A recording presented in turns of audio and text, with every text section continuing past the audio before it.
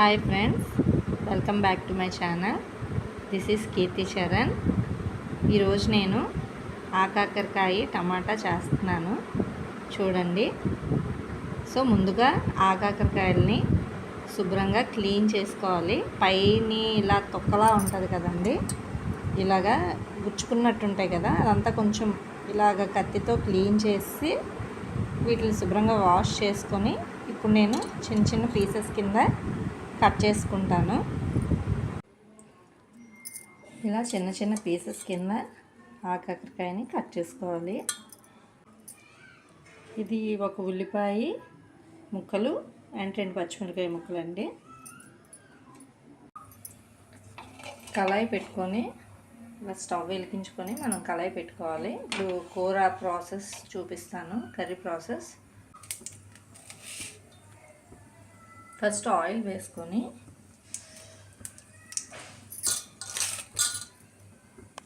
ఉల్లిపాయ వేసుకోవాలండి. ఉల్లిపాయలు వేడుకున్నప్పుడు ఇది ఆవాలు, జీలకర్ర, సోంపు ఇది మనం వేసుకోవాలి.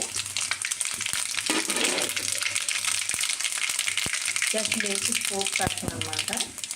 ఈ పోపు అయినప్పుడు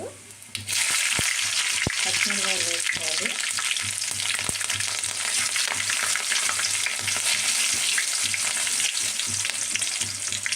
ఇవి వేగిన తర్వాత ఉల్లిపాయ ముక్కలు కూడా వేసుకోవాలి. ఇప్పుడు ఉల్లిపాయ బాగా ఎర్రగా మనం వేపుకోవాలి. ఉల్లిపాయలు బాగా వేగాయండి, కావాలంటే ఎర్రగా కూడా వేసుకోవచ్చు.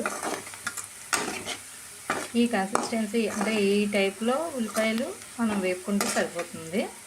ఇప్పుడు ఆకాకరకాయలు మనం చిన్న చిన్న పీసెస్ కింద కట్ చేసాం కదా, వేసి నేను ఒకసారి ఫ్రై చేస్తాను ఆయిల్లో. సో నేను ఆకాకరకాయలు వేసుకొని జస్ట్ ఫ్రై చేసుకుంటానండి. ఇందులో నేను ఇంకా ఉప్పు అవేవి వేయలేదు. సో 1 నిమిషం ఫ్రై చేస్తే బాగుంటుంది టేస్ట్, అందుకని చెప్పి నేను ఫ్రై చేసుకుంటున్నాను. ఒక 5 మినిట్స్ ఫ్రై చేసుకున్న తర్వాత ఇప్పుడు పసుపు వేసుకోవాలండి. మనం చిటికెడు పసుపు వేసుకోవాలి. ఆ తర్వాత మనం ఆకాకరకాయ మగ్గడానికి సో కొంచెం ఉప్పు కూడా సరిపడంత ఉప్పు వేసుకోవాలి.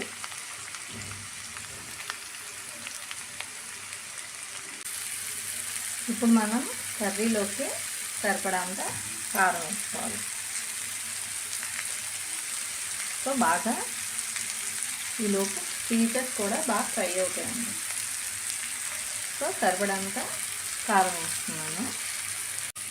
సో ఇప్పుడు బాగా ఫ్రై అయ్యాయి కదండి, ఇప్పుడు మనం కట్ చేసి పెట్టుకున్న టమాటాలు యాడ్ చేసుకోవాలి. ఇంకా 2 టమాటాలు అయితే సరిపోతుంది.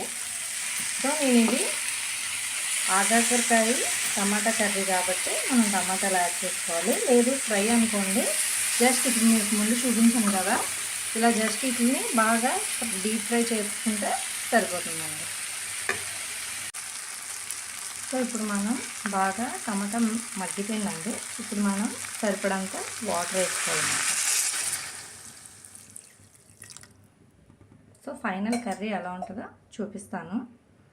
సో ఒక 10 మినిట్స్ అయితే అదంతా దగ్గరికి వచ్చేస్తుంది అన్నమాట. సో ఫైనల్గా మొత్తం కూర అంతా దగ్గరికి అయిన తర్వాత సో ఇలా ఉంటుందండి ఆకాకరకాయ టమాటా కూర రెడీ. సో ఫైనల్ ఆకాకరకాయ టమాటా కర్రీ రెడీ అండి. మీకు నచ్చితే లైక్ చేయండి, షేర్ చేయండి అండ్ సబ్స్క్రైబ్ చేసుకోండి. Thank you.